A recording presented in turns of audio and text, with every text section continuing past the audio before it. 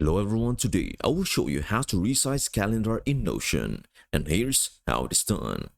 First, open your Notion and create a new page.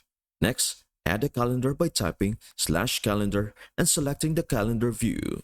Click on it, and you will need to choose a database. Simply create a new one, and you will have your calendar set up. However, at this point, the calendar cannot be resized.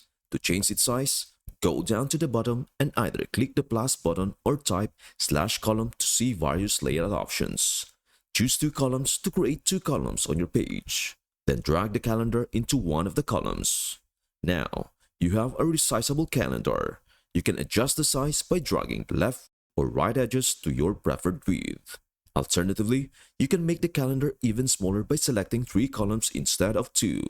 After creating 3 columns, drag your calendar into the middle column, and you will have a more compact calendar that you can resize as needed. And that is everything you need to know about how to resize calendar in Notion. Before we end, may I humbly ask you a favor?